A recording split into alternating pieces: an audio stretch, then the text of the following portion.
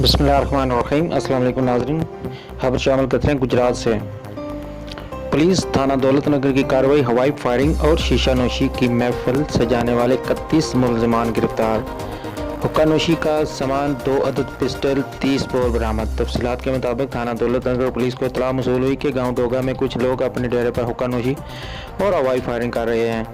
इत्तला मौसूल होने पर SHO थाना दौलत नगर अफसाल बेग ने अपनी टीम के हमरा डेरा पर छापा मारकर शीशा नोशी और हवाई फायरिंग में मसरूफ 31 मुलजमान को गिरफ्तार कर लिया। मुलजमान के कब्जे से भारी मिकदार में शीशा नोशी का सामान और 2 अदद पिस्टल 30 बोर बरामद हुए। मुलजमान के खिलाफ मुकदमा दर्ज करके मजीद तफ्तीश का आगाज कर दिया गया है।